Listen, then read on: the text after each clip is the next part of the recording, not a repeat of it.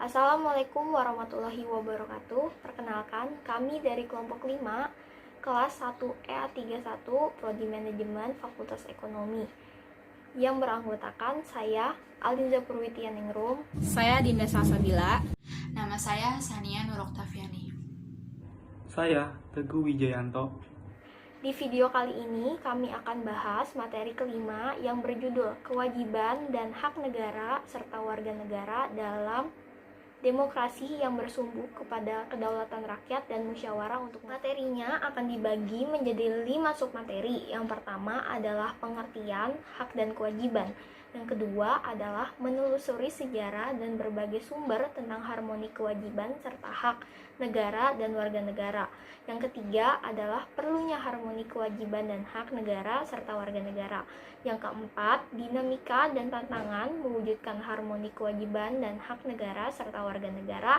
Dan yang terakhir adalah esensi dan urgensi harmoni kewajiban dan hak negara serta warga negara. Oke, kita langsung masuk ke submateri yang pertama, yaitu pengertian hak dan kewajiban.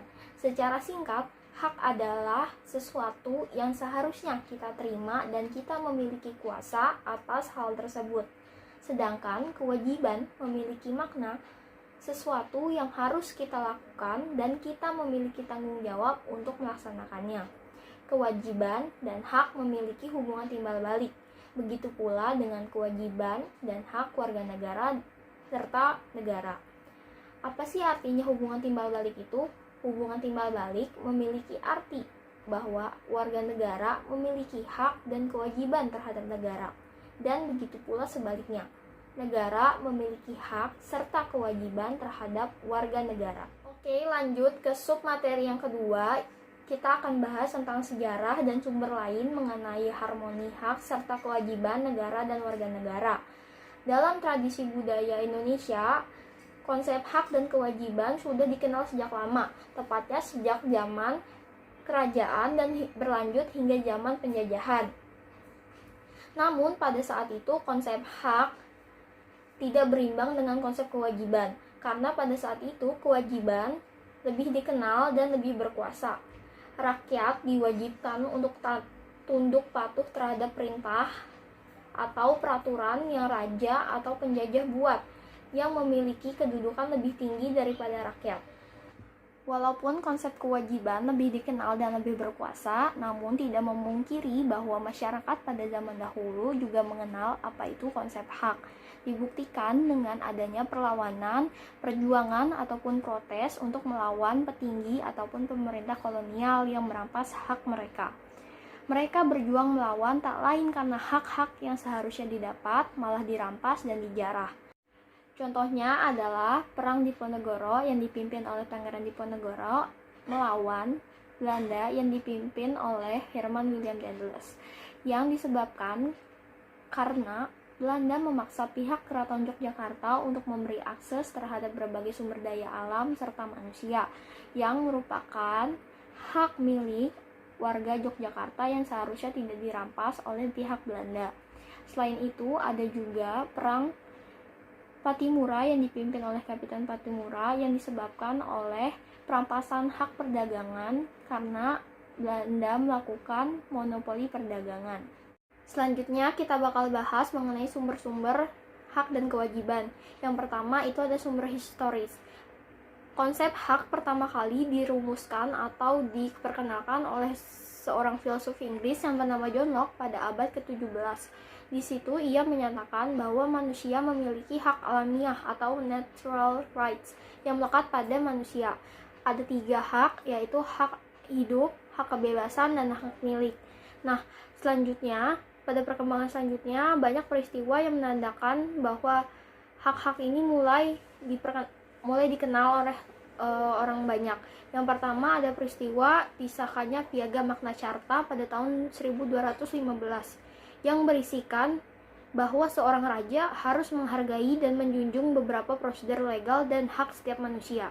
Yang kedua ada Revolusi Amerika yang menyatakan bahwa Amerika menjadi negara merdeka pada tanggal 4 Juli 1776. Yang ketiga ada revolusi Prancis, yaitu bentuk perlawanan rakyat Prancis kepada rajanya sendiri yang bertindak sewenang-wenang terhadap rakyatnya. Selanjutnya saya akan menjelaskan tentang sumber sosiologis. Di masa sekarang ini, Indonesia dihadapkan dengan berbagai macam masalah di masyarakat yang dirasa sangat memprihatinkan, yang membuktikan adanya pergeseran karakter. Situasi seperti ini dapat dijelaskan secara sosiologis karena memiliki kaitan dengan struktur sosial dan sistem budaya yang telah terbangun di masa lalu. Situasi pasca reformasi bisa dibaca sebagai sumber terjadinya pergolakan atau masalah yang terjadi di masyarakat kita saat ini. Hal lain yang dapat menjelaskan bahwa sistem masa lalu lah yang menyebabkan masalah ini karena munculnya kebencian sosial budaya yang terselubung. Selanjutnya adalah sumber politik. Pertama, sumber politik yang mendasar dinamika kewajiban dan hak negara adalah proses dan hasil perubahan Undang-Undang Dasar Republik Indonesia 1945 yang terjadi saat reformasi. Pada saat era reformasi muncul berbagai tuntutan dari masyarakat. Yang kedua, tuntutan ini berkaitan erat dengan dinamika penghormatan dan penegakan hak-hak masyarakat, khususnya hak asasi manusia. Sampai saat ini sudah 4 kali perubahan yang terjadi di dalam Undang-Undang Dasar 1945. Yang ketiga, dari berbagai perubahan atau amandemen UUD 1945 tersebut dihasilkan berbagai aturan dasar yang baru, termasuk tentang hak dan kewajiban asasi manusia yang diatur dalam pasal 27 sampai dengan 34. Selanjutnya yaitu perlukah harmoni kewajiban dan hak negara dan warga negara. Antara hak dan kewajiban harusnya berjalan seimbang. Artinya, kita tidak boleh terus menuntut hak tanpa memenuhi kewajiban. Sebaliknya, negara juga tidak boleh berlaku sewenang-wenang dengan menuntut warga negara menjalankan kewajibannya tanpa pernah memenuhi hak-hak mereka. Lalu, kesadaran akan hak dan kewajiban sangatlah penting. Seseorang yang mempunyai hak dalam dirinya tetapi ia tidak menyadarinya, hal itu akan membuat orang lain mempunyai peluang untuk menyimpangkannya. Hak dan kewajiban yang tidak seimbang dalam hubungan masyarakat akan membuat kesenjangan sosial di dalamnya. Warga negara yang tidak akan memiliki rasa persaudaraan satu sama lain, yang berakibat runtuhnya rasa persatuan di dalam masyarakat. Lalu, untuk mencapai keseimbangan antara hak dan kewajiban, warga negara harus mengetahui posisinya masing-masing.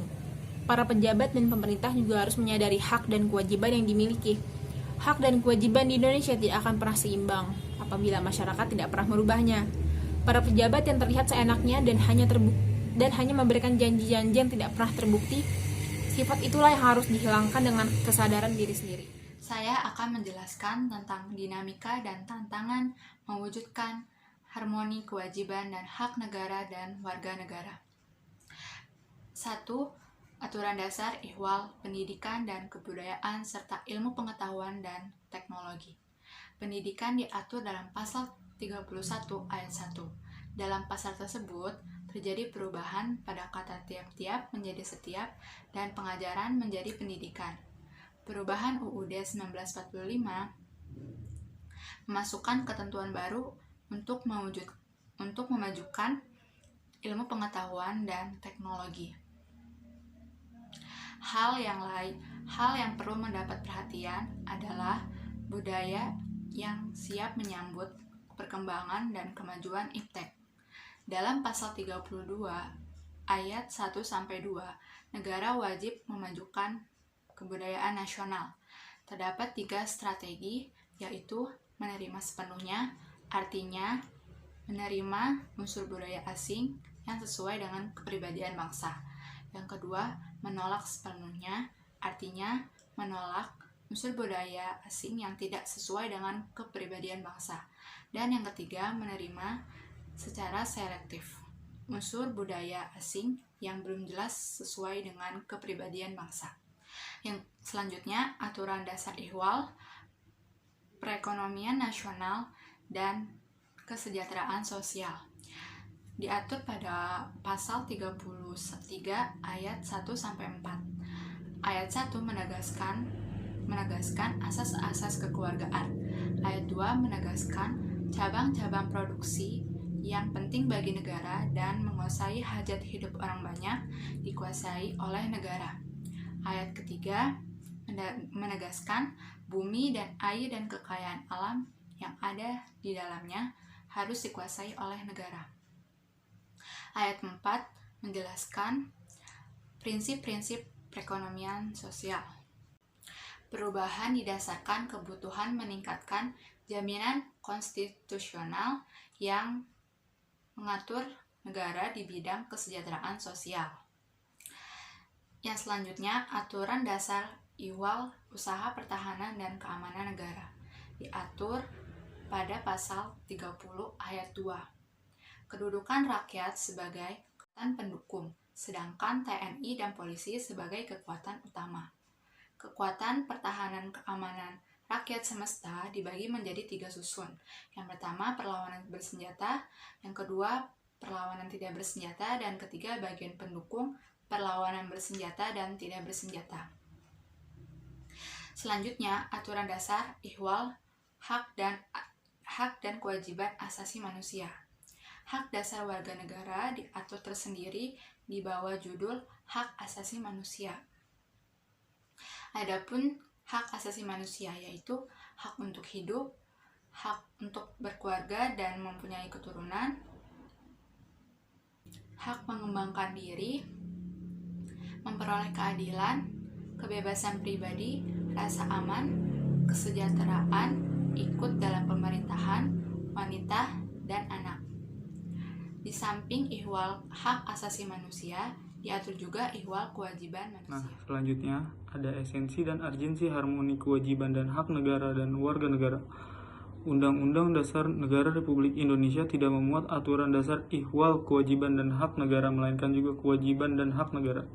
Esensi dan urgensi harmoni kewajiban dan hak negara dan warga negara dapat dipahami dengan pendekatan kebutuhan warga negara yang meliputi: yang pertama ada agama, disebutkan dalam pasal 29 ayat 1 Undang-Undang Dasar Republik Indonesia tahun 1945 menegaskan bahwa negara berdasarkan atas ketuhanan yang Maha Esa harus diwujudkan dalam kerangka kehidupan bernegara yang tersusun dalam Undang-Undang Dasar Republik Indonesia tahun 1945.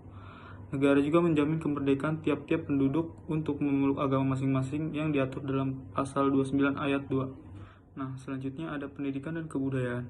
Pendidikan dan kebudayaan merupakan dua istilah yang satu sama lain saling berkolerasi sangat erat. Pendidikan adalah salah satu bentuk upaya pembudayaan. Tujuan pendidikan nasional yang terdapat dalam pasal 31 ayat 2 Undang-Undang 1945 untuk mencerdaskan kehidupan bangsa harus dilakukan dengan meningkatkan iman dan takwa serta akhlak mulia. Dalam konteks ini dapat dilihat hubungan antara pendidikan dengan tradisi budaya serta kepribadian suatu masyarakat betapapun sederhananya masyarakat tersebut. Hal ini dapat dilakukan bahwa tradisi sebagai muatan budaya senantiasa terlestarikan dalam setiap masyarakat. Dari generasi ke generasi, hubungan ini tentunya akan mungkin terjadi bila para pendukung nilai tersebut dapat menuliskan kepada generasi mudanya sebagai generasi penerus. Selanjutnya ada perekonomian nasional dan kesejahteraan rakyat. Nah, yang pertama itu ada fakir, miskin, dan anak-anak yang terlantar dipelihara oleh negara. Itu terdapat di pasal 34. Yang kedua ada perekonomian disusun sebagai usaha bersama berdasar atas asas kekeluargaan. Itu pada pasal ke-33. Selanjutnya yang ketiga ada setiap orang berhak hidup sejahtera lahir dan batin, bertempat tinggal dan mendapatkan lingkungan hidup yang baik dan serta berhak memperoleh pelayanan kesehatan. Itu terdapat di pasal 28H. Sementara itu, untuk mencapai tujuan kesejahteraan, maka bumi, air, dan segala kekayaan alam yang terkandung di dalamnya harus dapat dipergunakan sebesar-besarnya untuk kemakmuran rakyat. Dengan demikian, setiap bangsa yang merdeka akan selalu menuntut terpenuhi aspek keamanan dan kesejahteraan seluruh rakyat. Nah, pada poin terakhir ada pertahanan dan keamanan. Berdasarkan pasal 30 ayat 2 bahwa usaha dan keamanan negara dilaksanakan melalui sistem pertahanan dan keamanan rakyat semesta oleh TNI, Polri, dan rakyat. Bela negara merupakan roh dari sistem pertahanan keamanan rakyat semesta, bahwa seluruh warga negara ikut serta dalam upaya pertahanan negara.